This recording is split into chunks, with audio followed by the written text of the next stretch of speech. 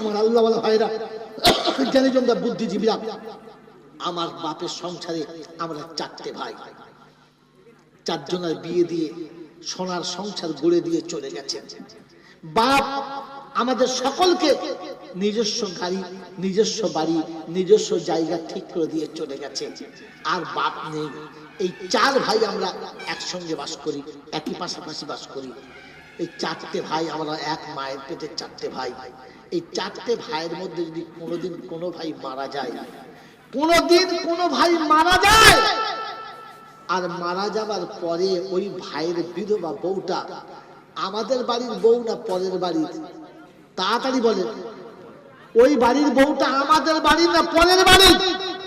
ওই বউটার ইজ্জত রক্ষা করার জিম্মেদারি আমাদের না অন্য লোকের? জোরে বলেন, অন্য লোকের। এই ভাইয়ের যে 2টো ছেলে, তারা আজকের বাপ হারা হয়েছে। এরা এতিম, হ্যাঁ না না?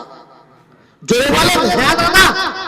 আমার মায়ের পেটের ভাই যেদিন মারা যাবে, আমার ভাইয়ের বউ যেদিন বিধবা হবে, আর সে 2টো কচি বাচ্চাকে দানা ধরে রাস্তার উপর দাঁড়াবে, তার জন্মদাতা পিতা নেই, গর্ভধারিণী মা নেই, এখানে শ্বশুর শাশুড়ি নেই, স্বামী হারা হয়ে গেছে, তার চোখটা অন্ধকার হয়ে গেছে।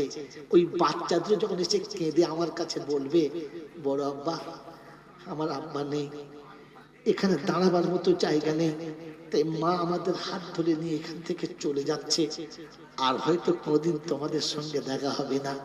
আব্বা, আমার যেতে মন চাইছে না, কিন্তু কি করব আব্বা, মা সঙ্গে আমাকে চলে যেতে হচ্ছে। এই মাসুম বাচ্চা 2টো, এতিম বাচ্চা 2টো যেদিন আপনার কাছে এসে বলবে, বড় আব্বা, আব্বা মরে গেছে, আমাদের সংসার ভালো চলে না, মা ভালো করে 2 মুঠো খাওয়াতে পারে না, তাই আমাদের নিয়ে বিদেশে চলে যাচ্ছে, বলেন ওই সময় উঠে বলতে পারবেন, তোর বাপ মারা গেছে, তোর বাপ মারা গেছে, কথা বলিস না, আমি তোর বাপ এখনো বেঁচে আছি? কারণ তোর আব্বাকে তুই আব্বা বলতিস, আমাকে তো বড় আব্বা বলতিস।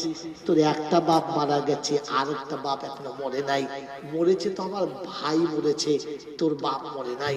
আজ থেকে তুই এতিম, আমার ভাই সন্তান, আজ থেকে আমার কাছে থাকবি। বলতে পারবেন? বলতে পারবেন? হাত তো তুলে ফেললেন, এতিমকে খাওয়াবো।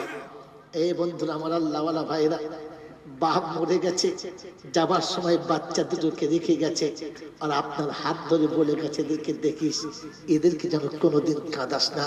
আমার আল্লাহওয়ালা ভাইরা, সারা জীবন আমার ছোট বোনটা আমার বাড়িতে ঝিয়ের কাজ করেছে, থালাবাটি সব ধুয়েছে, বিছানা পরিষ্কার করেছে, আমার খেয়ে রেখে যাওয়ার নোংরা প্লেটটা পরিষ্কার করেছে, আমি খেয়ে যেটা বাদ দিয়েছি সেটাকে জীবন কাটিয়েছে, আমার জামা কাপড় কেচে পরিষ্কার করে দিয়েছে, সারা জীবন ঝি খেটেছে।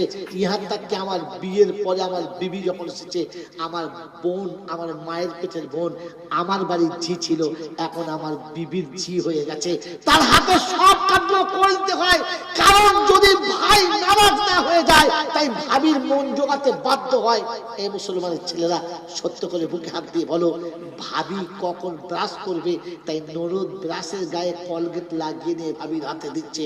ভাই বসে বসে দেখছে যে আমার বোন আমার বিবির সামনে বাঁদিগিরি করছে, এটা চোখ বুঝে বোন মেনে নিয়েছে। সকালে ঘুম থেকে উঠে চুলোর ছাইটা বোন ফেলবে, গোয়ালটা বোন কাটবে, সব কাজগুলো বোন করবে, আর ভাবি উঠে আস্তে করে ব্রাশ করে মুখে ফেস ওয়াশ দিয়ে চা খেতে বসবে। চাটা আমার বৃদ্ধা মা বানাবে, আর আমার বোন চুলোর কাছে বসে চোখ 2টো লাল করে এনে দেবে। তবুও বোন মেনে নিয়েছে। দিনের দুপুরে খাটার কোনো শেষ নেই, ঘরের কাছে চুলোয় রান্না করছে, চোখ দিয়ে টপ পানি পড়ছে। মা গিয়ে জিজ্ঞাসা করেছে, কাঁদছিস কেন, কি হয়েছে, কি হলো তোর, কাঁদছিস কেন? বলছে, মা আমার আব্বা মরে গেছে, এটা আমার অপরাধ। বললে কেন? বলছে, সকাল থেকে উঠে সংসারের সব কাজ করেছি, নিজে হাতে চা করে নাস্তা করে সবাইকে খাইয়েছি, সবাই পেট ভরে খেয়ে দিল। একবার বড় ভাই জিজ্ঞাসা করলো না, কচি তুই খেয়েছিস কিনা? সবার তো চা দিলি, তুই নিয়েছিস কিনা? চা যে হাড়িতে ছিল না, এটা একবারও ভাবি জিজ্ঞাসা করলো না। আমি তো কোনোদিন ভাবিকে কষ্ট দিই নাই, কিন্তু ভাবি একবার জিজ্ঞাসা করলো না। আমার মায়ের পেটের বোন হলে আমাকে জিজ্ঞাসা করতো। আজ আমার আব্বা বেঁচে থাকলে চা খেতে বসে একবারও কমপক্ষে বলতো, আমার সাথে বসে খা। সাথে বসে খেতে বলে নাই, কমপক্ষে তো জিজ্ঞাসা করতে পারতো। এত জিজ্ঞাসা করার কেউ নেই, কারণ আমার বাপ নেই বলে। আমার বাপ নেই বলে মা বলেছে হতভাগী কাঁদিস না, কাঁদলে তোর ভাবি খারাপ বলবে, তোর ভাই তোকে খারাপ বলবে, আমি তোর মা, আমি দোয়া করছি তোর সুখ হবে, পরের ঘরে গিয়ে সুখ হবে, কাঁদিস না। তাই সেদিন বোনকে সান্ত্বনা দিয়ে মা বুঝিয়ে দিয়েছে। আমার আল্লাহওয়ালা ভাইরা, কেন যেন শুনছি মানুষরা, এরপরে যেমন ছেলে দেখে